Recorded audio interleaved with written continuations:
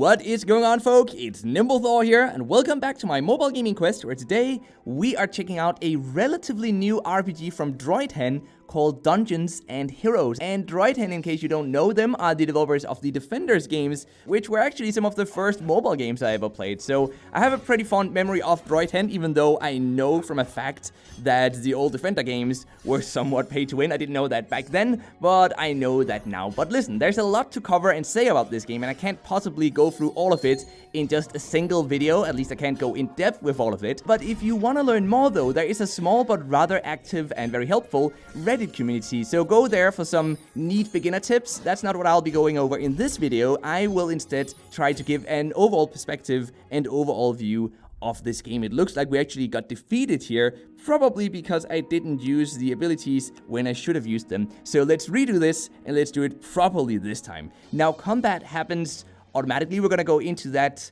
a bit later on. I'm kind of disappointed by that. But first of all, I just want to say that what initially caught my interest with this game is the Heroes of Might and Magic-like world, where we walk around with our horse, as you guys saw just before, to conquer resource camps, to defeat monsters, and then just slowly increase the strength of our team, our abilities, the equipment they wear, and so on and so on. And now, obviously, some of those elements are not in Heroes of Might and Magic 3, but some of those I could definitely recognize, and I got really excited about that. But what I was immediately disappointed by, though, is this combat system, which has very little strategy to it, since we don't get to target specific monsters, and instead our heroes basically just keep attacking whatever opponent they feel like. The only thing we can do is really tap the head of our heroes to trigger their special ability, and this would be alright if the AI was very clever at picking which opponents to attack, but it's not. So our heroes will be attacking all opponents at once, instead of, for example, starting out by taking out the cleric.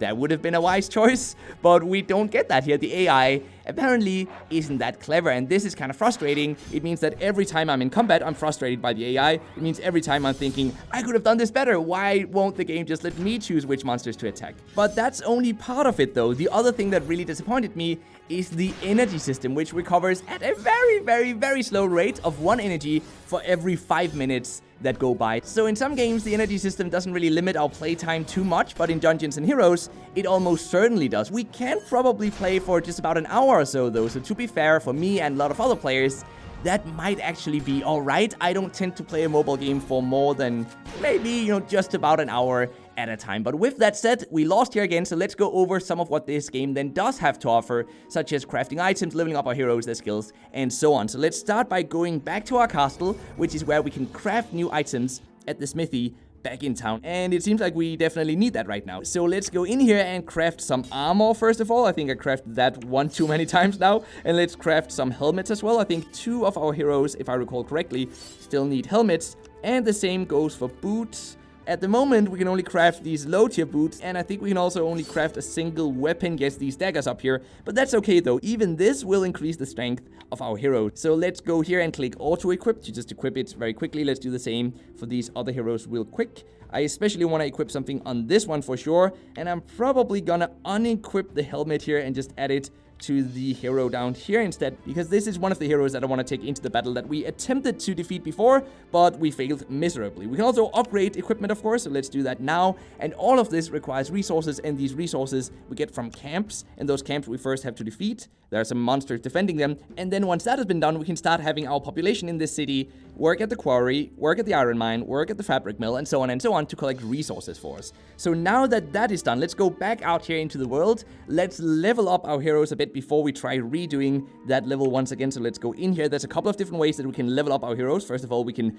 quite literally level them up, but also if we collect enough of these defender fragments, then we'll be able to level up the defender guy here. The same goes for the other heroes. Obviously, that is going to take a long while, so for now I just want to keep upgrading it a bit. Now it seems we can't level up anymore though, because we've spent all of the currency. You guys can see it here in the top right corner of the screen. We've spent all of it, so now we need to wait to win some more matches to get more of that. The other thing we can do though is level up our abilities, and we have plenty of the currency used for that, so let's level this up to level 10, and let's just do the same for the priest, even though we can only upgrade that one to level 9, because that hero is only level 9, and we can't do it for Nightblade down here, because Nightblade is only level 8, and the skill is already at level 8, and we can't really level skills further than the hero level. So with that, let's try going back, and let's just real quick claim some resources here. Let's see. We actually got some fragments. That's pretty nice. And now let's continue up to this battle here. I was hoping that we were gonna get some of those upgrading resources so we could upgrade maybe the priest to level 10. But let's try to complete this one even without that though. So I definitely want to switch out this guy with this guy instead, because that one is quite a bit stronger, and it's the guy we leveled all the way up to level 12 just before. So let's give this a go as well. I do like this first-person perspective, by the way. That's quite innovative. We also do have an auto system, which I of course never really like, but the auto system allows us to automatically use the abilities, such as this one that we're using right now, automatically. I would really strongly suggest not to use this auto system though, as in many games, the auto system is just straight up horrible. So winning these matches has a lot to do with using the abilities at the right time, and that's why you shouldn't use the auto system. Instead, be strategic about when you use these abilities. They have to charge up. It does take a while. So yeah, just that's the only strategic element to the game, so obviously you want to control that on your own. Now, to conclude on this game, I can't help but feel that because of the many in-app purchases and even a VIP system, oh, we won this match. That is nice. So leveling up definitely did help. But as I was saying, because of the in-app purchases, because of the VIP system, the game is very much pay to progress faster. But since most of the game can be enjoyed as a single-player experience, that might just be okay, right? Because who are you really competing against? You're not really competing against other players. To some extent you are, because there is a guild system and there is some, some elements relating to that. But apart from those guild elements, you're pretty much playing on your own, so it might just be okay. But the in-app purchases are still pushed to some extent, and yes, there is a VIP system. Yes, there is an energy system. Yes, there are multiple in-app purchases. And frankly, we'll just have to live with that if we want to be able to enjoy this game. So to answer the most pressing question, yes, for some reason, I'm having a decent amount of fun with this game, but I think that has more to do with the fact that this game reminds me a bit of Heroes of Might and Magic than it has to do with the actual gameplay, as I am greatly disappointed by the combat system. And that combat system in and of itself is the main reason why I think I won't be able to play this game, even though I really want to give it a chance. But what about you guys though? What do you think about this game? For me personally, the quest for finding the perfect Heroes of Might and Magic strategy RPG mobile game sadly has to go on. Maybe one day, Nimble Squad, one day we shall find such a game, and I can't wait for that day to come. And so with that said, for now, let's wrap up this video with the mobile gaming news of the day, which is that FunPlus, the developer of King of Avalon and Guns of Glory, has earned $1.3 billion in total now with just those two mobile games. And now I don't know about you guys, but that really caught me by surprise. I have barely heard of those two mobile games before.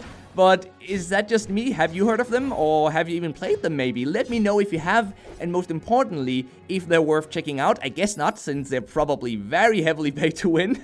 But I'd still like to get that confirmed if anyone has actually played them. And with that said, I'm signing out for now, so until next time, just keep gaming, stay awesome, and I'll see you guys around.